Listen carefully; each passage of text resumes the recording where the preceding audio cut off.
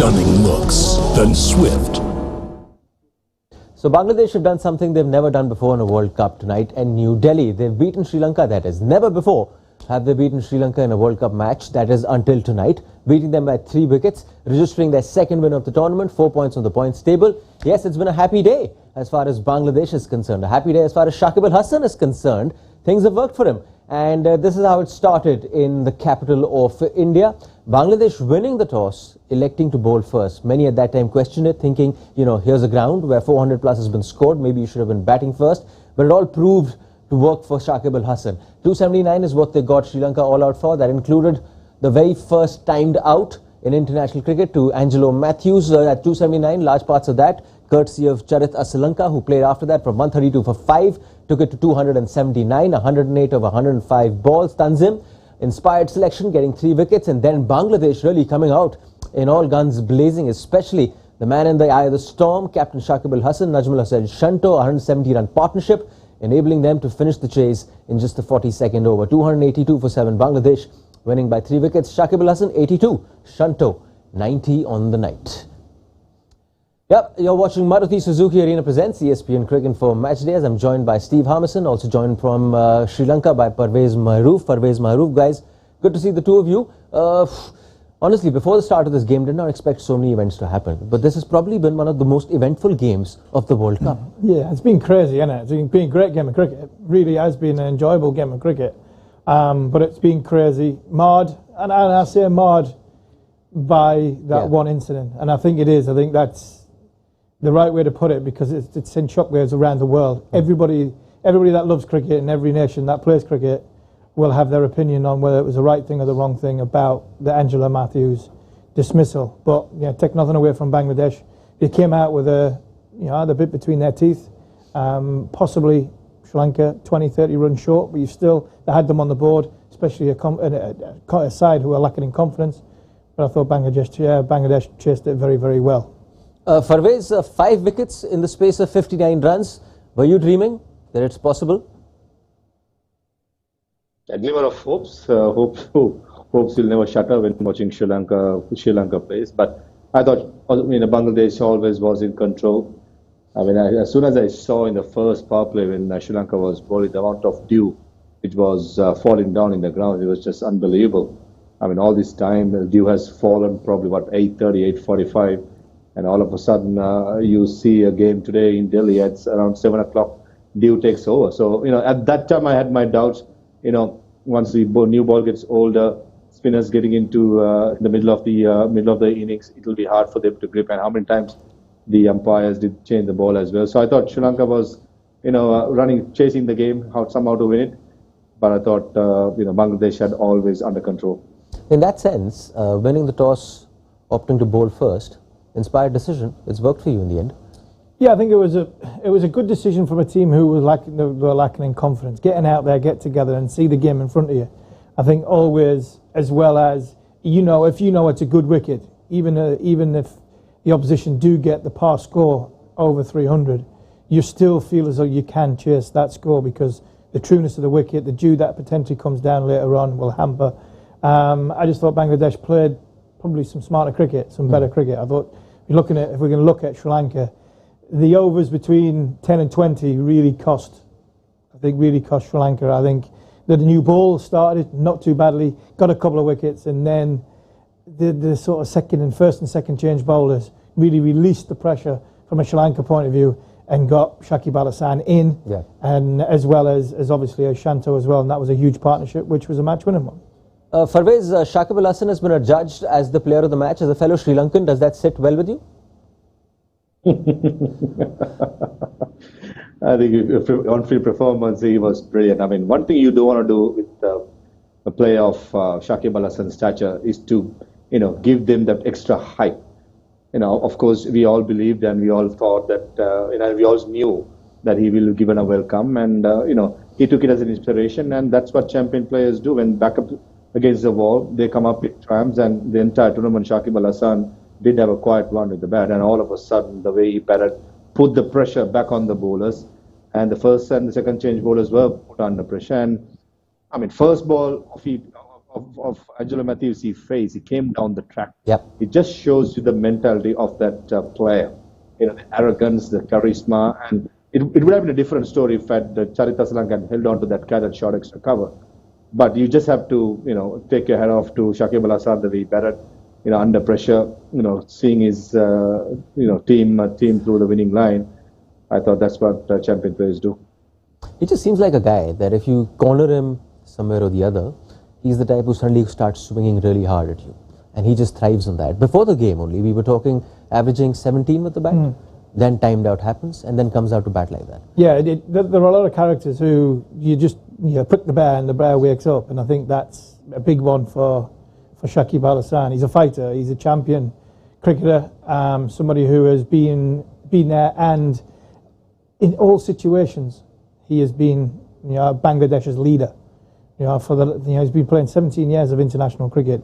He's been their go-to man. He is the big man of Bangladesh cricket. And whenever he seems to be backs against the wall, or whenever there's people having a go at him, or in this case, a whole team and a country, Sri Lanka, really, really on his case, that tends to bring the best out of people. And there are some players been like that around the world over the course of the history of the game, that you try and keep them asleep. The longer they're asleep, the better they're left asleep. During my time, you played like Steve Waugh, you played like Sir Brian Lara. If you got a chance to leave them asleep and give them a working over while they're asleep, happy days. You get somebody that goes at them, gets in their face, or causes a little bit of controversy, all of a sudden you just come off second best. And a player who's been around for such a long time, he probably needed that in the first game of the tournament, and not in the 8th game of the tournament, 7th game of the tournament, when his team are more or less out of the competition.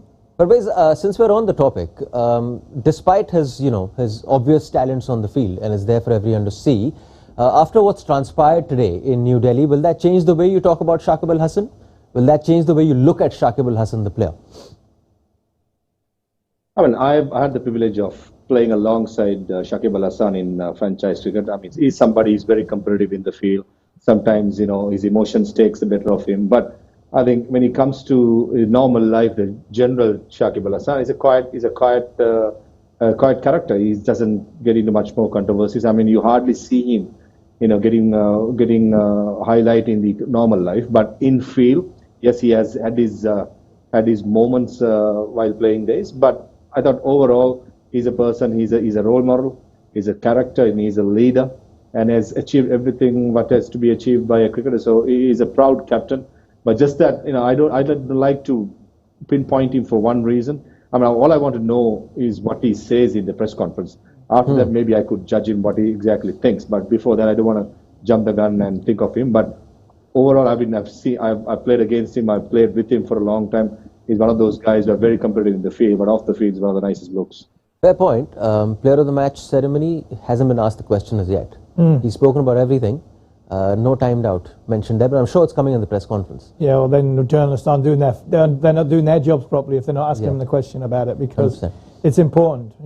We hear, according to Ian Bishop, who was on commentary, says that Maria Erasmus asked Shakib Al Hasan twice, not once, twice, do you still want to uphold your appeal? Do you want to uphold your appeal? And that's twice he's asked him.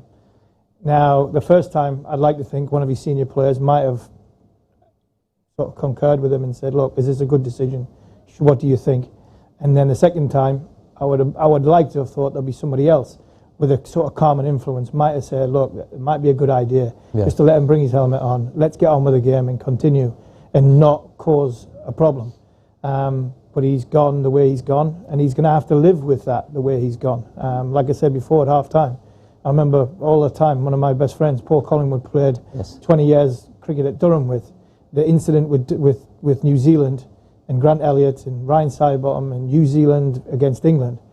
At the time he thought it was a good idea, and then it wasn't until after the game he realised it wasn't the greatest idea, and he regretted it.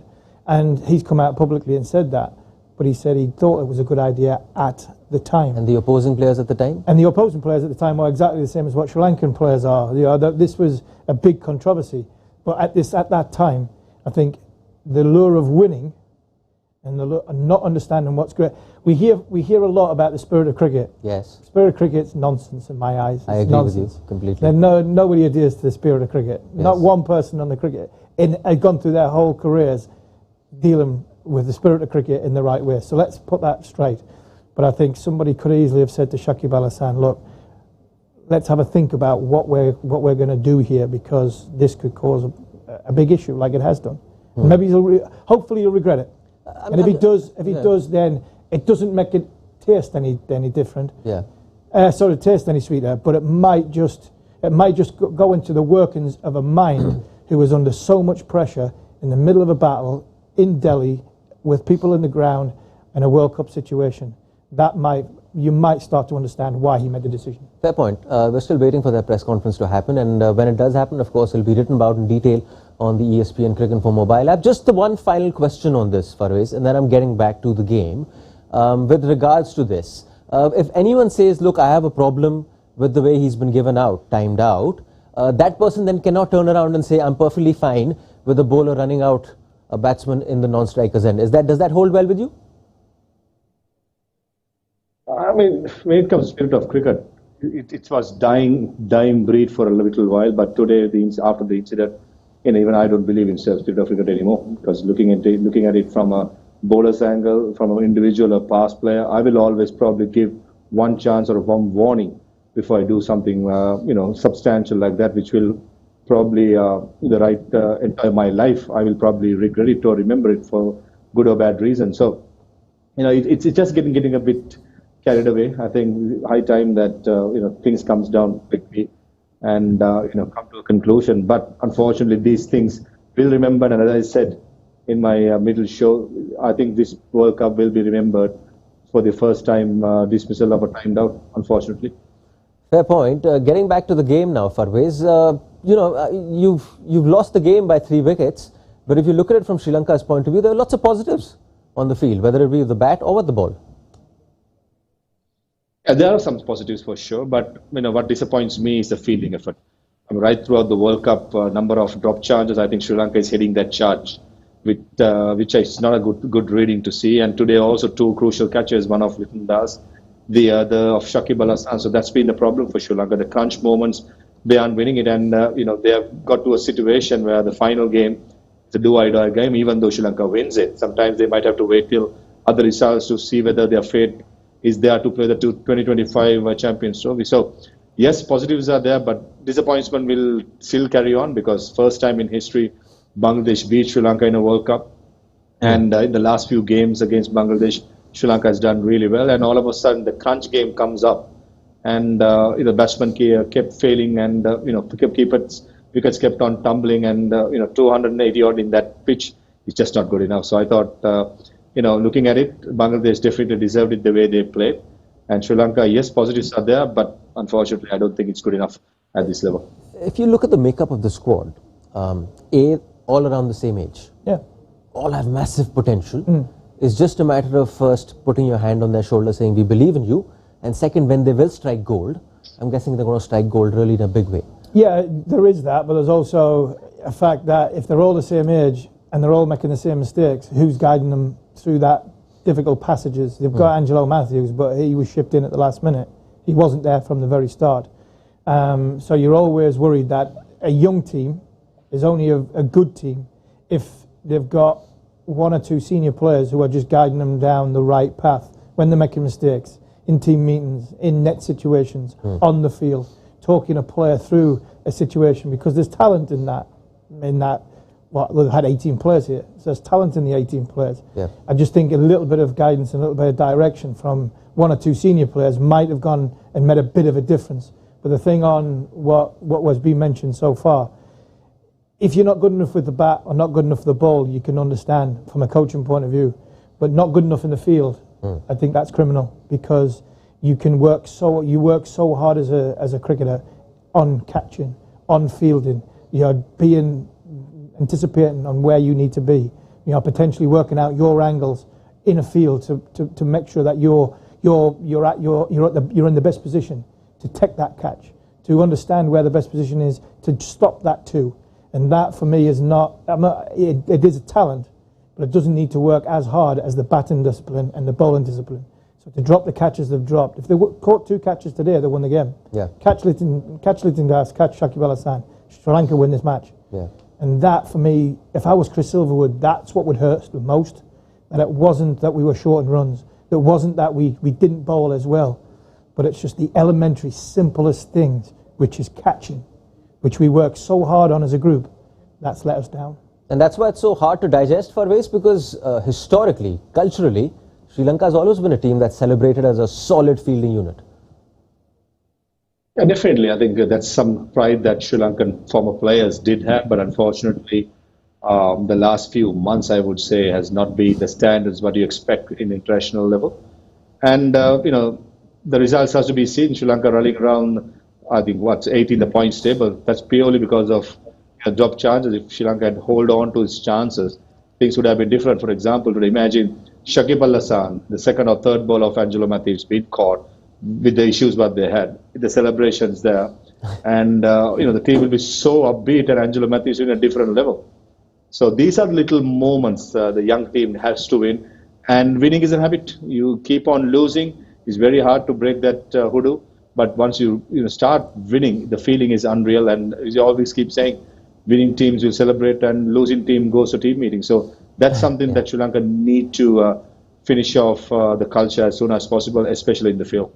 Let's just show you the points table now, because we can officially say it. Sri Lanka have also been knocked out of the World Cup. No chance of making the semi-finals, along with Bangladesh and England, Steve. So those are the 3 guys for you. 4 points each. Netherlands still in with a shout. And yeah, just who would have expected this? The points table to look like this. 2 Asian teams and 1 defending champion bang on the bottom. As an England fan and a former England player, I didn't see that. I would say that table's upside down. I'd be expecting that to be a big change. But they are where they are. England have to beat the Netherlands. If they do beat the Netherlands, then I would imagine it's 1, obviously 1 plus the Netherlands to not qualify, which potentially could be Sri Lanka now. I think Afghanistan might give Australia a game tomorrow. I really do think Australia will get a game against Afghanistan tomorrow if Afghanistan can put some runs on the board anywhere other than the Wankhede possibly. And that 4th spot, I think that's going to be this is why it's going to be a great last week of the competition of the World Cup, because that 1 place, I think that 1 place is up on offer, the 4th spot. And I think there's 3 or 4 teams who are going to be fighting tooth and nail to get there. Before I say goodbye, gents, second time Shakib Al Hasan. So here's it. The chat has come. One of our fielders came to me and said that if I appealed, he would be out. The umpire asked me if I was serious, like you mentioned. I said, yes, I am. And so it continued like that. That's the only thing that's come out as yet. It's come out on the app. One of our fielders came to me and said that I appealed, and he would be out. So, of course, someone had made note of it. I'd like to get Shakib Al Hasan's honest assessment once he's had a good night's sleep and a breakfast in his body and a cup of tea, and sits down in a calm fashion and ask him the same question to see if he gets the same answer. If he does, fair play to him. But I'd like to think that he maybe misread the situation and he probably could have dealt with it a little bit better. Farveez, because he carries on to say, I don't know if it's the right or the wrong thing to do. I felt like I was at war. Whatever I had to do, I did it. There will be debates. Today it helped, and I won't deny that. At least he's been honest enough to say the truth in the last bit. And, definitely in the press conference, if he's going to face it, there are about 6 to 7 Sri Lankan journalists over there. I mean, I'm pretty sure they will probably rub into it and get more information as much as possible. But, if he had come out and said that, he, at the moment, at the spur of the moment, he thought there was nothing wrong with it and he's at war, I don't think we can blame him. Yes, he will carry this scar for a long time, but it's part of the game. It's in the rules. You can do that. I don't see much wrong with it. As he did say that he thought that he's doing the right thing. So fair play to him for accepting it. Gentlemen, lovely day spent with the two of you. Steve, Farveez, thank you so much for joining us on the show. Before I say goodbye, let me remind you, if you haven't downloaded the ESPN Cricket Info mobile app, do download it. Scores a lot more. Of course, you'll get lots of articles, opinion pieces on this very timed out that we saw at the Arun Jaitley Stadium today. Follow us on our various social media handles as well. Until tomorrow then, same place, same time. You were watching Maruti Suzuki Arena presents ESPN Cricket Info Match Day.